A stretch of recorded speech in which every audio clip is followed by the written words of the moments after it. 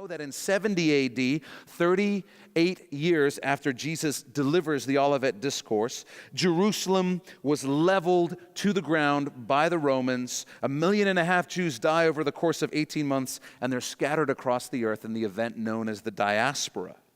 The land itself, as an insult to Israel, is renamed Philistia by the Romans, after Israel's greatest and longest standing enemy, the Philistines. Philistia is more commonly known and referred to by the name that's used today, which is Palestine. Philistine, Palestine, same word across different languages. So they rename Israel Philistia, the Romans do. They rename it Palestine. So when you're wondering about the history of the Palestinian people and where does it come from, that's where it comes from. They weren't a people. They're still not a people. They're Arabs.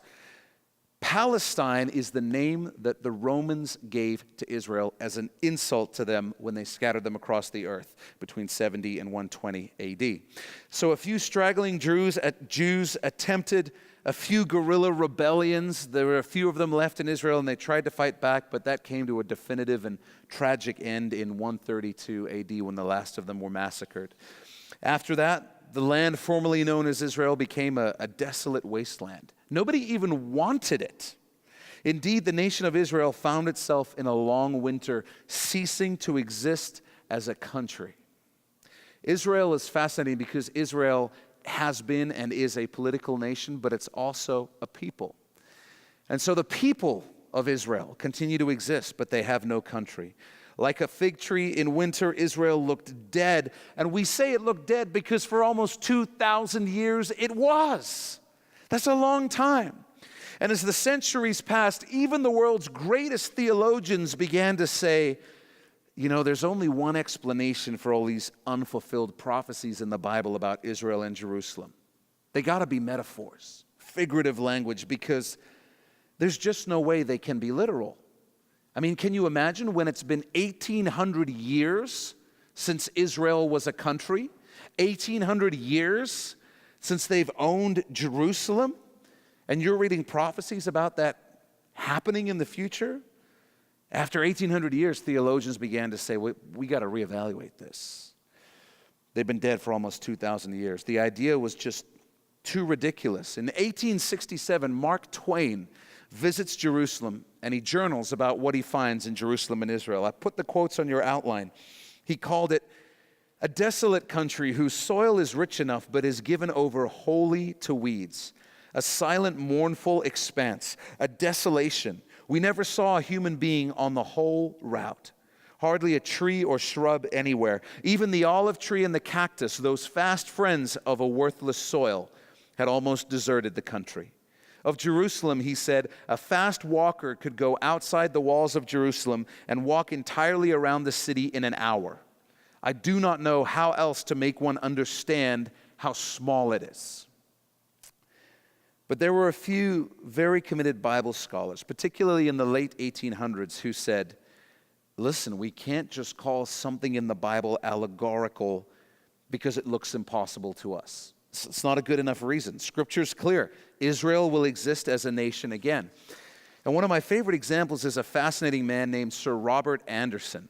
He lived and worked primarily in the back half of the 1800s and spent most of his life as the Assistant Commissioner of Scotland Yard. And he began applying his detective skills to the Bible and to Bible prophecy. And towards the end of the 1800s, he published a book, you can still track it down today, called The Coming Prince.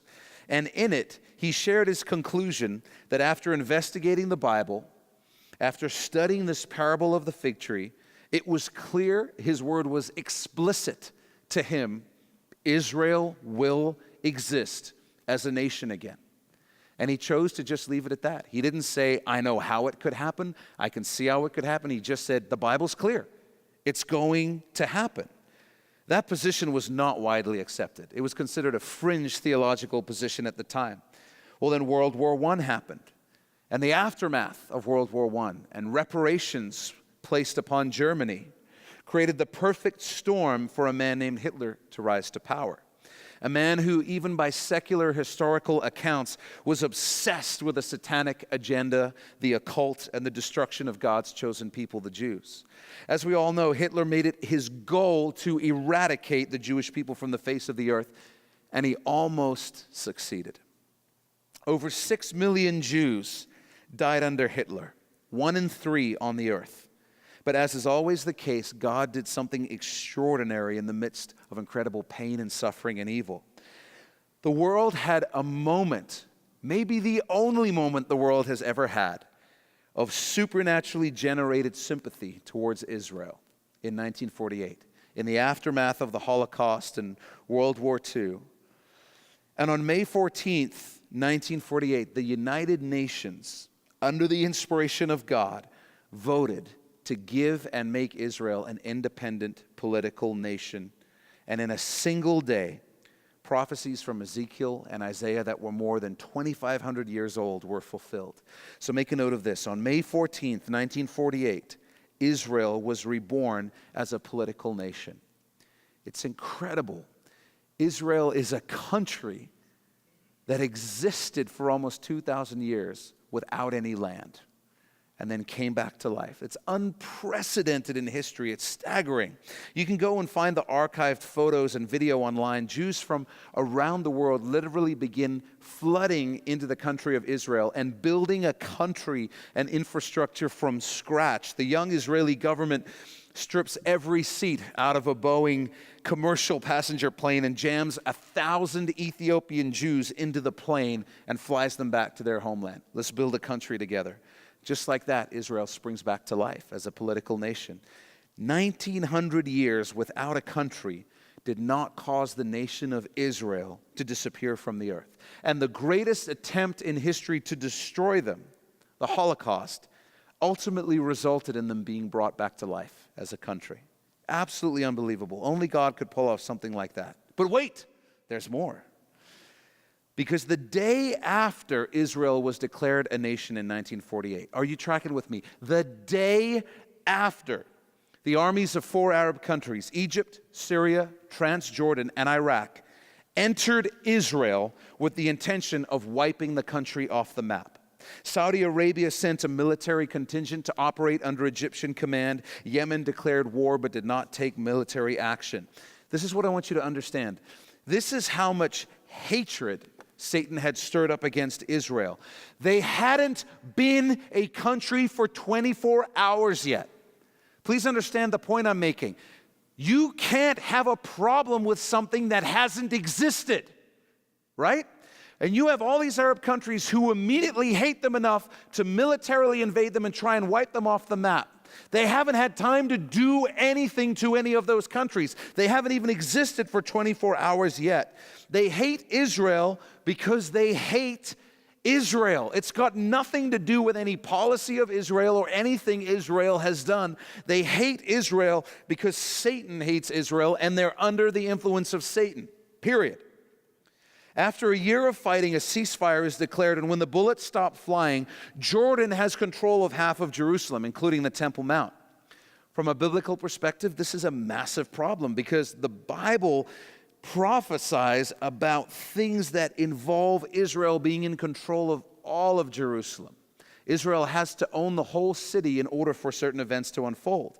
We have unfulfilled prophecies like Zechariah 14, which talks about half of the city of Jerusalem in the future will fall into captivity. And for Israel to lose half the city, they have to first have half the city.